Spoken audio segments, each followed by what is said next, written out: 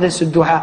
Ce verset, il est ajib, il est extraordinaire. Et malheureusement, nous les jeunes, Wallah, illa man rahim Allah, sauf ceux à qui Allah Azza wa Jalla fait miséricorde, beaucoup d'entre nous, on est négligents avec nos parents. Et je dis beaucoup d'entre nous, les pratiquants, beaucoup d'entre nous, les jeunes, qui sommes soi-disant attachés à la sunna, qui faisons des efforts pour nous attacher à la religion, beaucoup d'entre nous, Wallah, notre comportement, il a été influencé par la vie en Occident, et Wallah, notre comportement, à bien des égards, il est loin du comportement qu'Allah Azza wa Jalla nous a demandé. Allah, il nous interdit de faire de dire la moindre phrase. Le moindre mot. Fi, ça n'a aucun sens. Ça n'a pas de sens. Fi, c'est une onomatopée. C'est un son.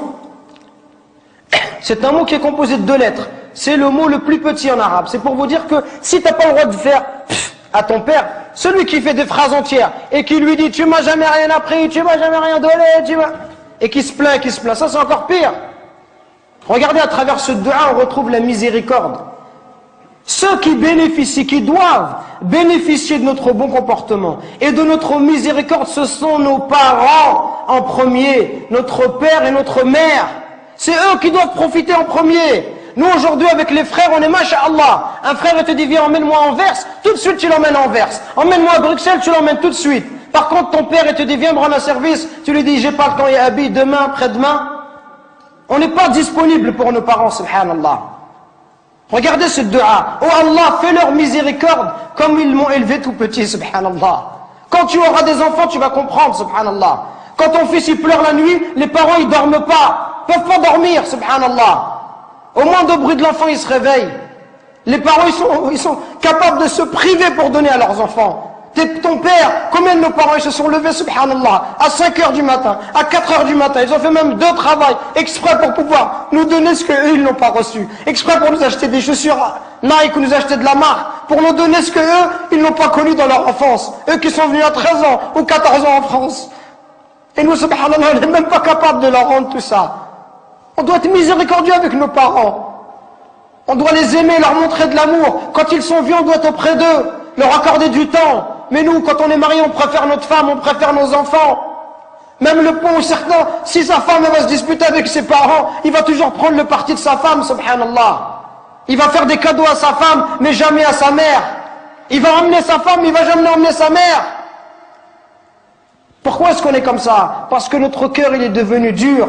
Al-Hassan al-Basri, rahimahullah, le jour où sa mère, elle est décédée, il pleurait. On lui dit, ya Hassan, t'es un imam. T'es un imam et tu pleures. Comment est-ce que tu peux pleurer? Il dit, je ne pleure pas parce qu'ils sont décédés. Je pleure parce qu'une des portes du paradis est fermée. Et c'est la même chose qu'on doit se dire. Et Wallah, c'est ce que je suis en train de me dire moi-même.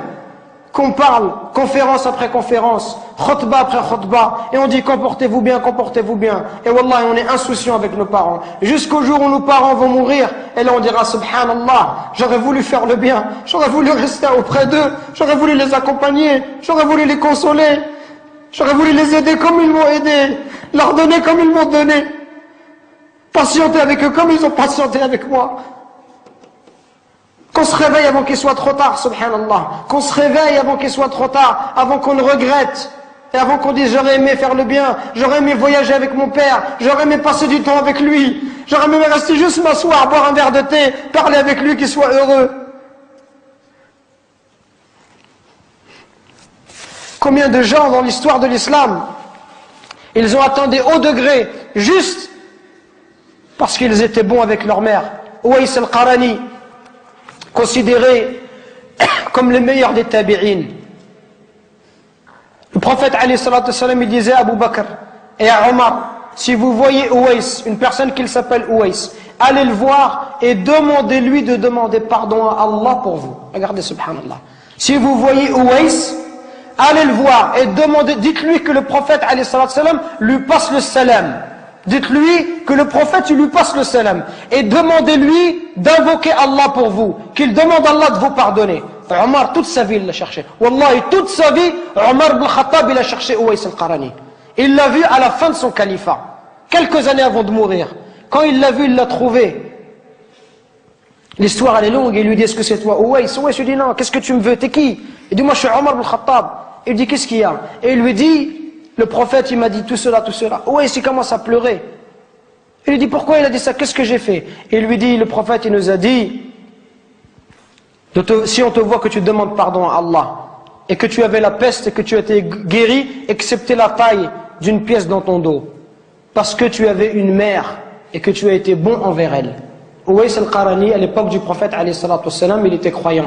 Il n'est pas parti voir le prophète, il ne s'est pas déplacé. Pourquoi? Parce qu'il avait une mère, il ne voulait pas l'abandonner. Il voulait rester avec sa mère, subhanallah. Regardez, il voulait rester avec sa mère, il ne voulait pas la laisser toute seule. Pour ça, le prophète, a été informé par Allah Azza wa Jal que cet homme-là était un homme pieux.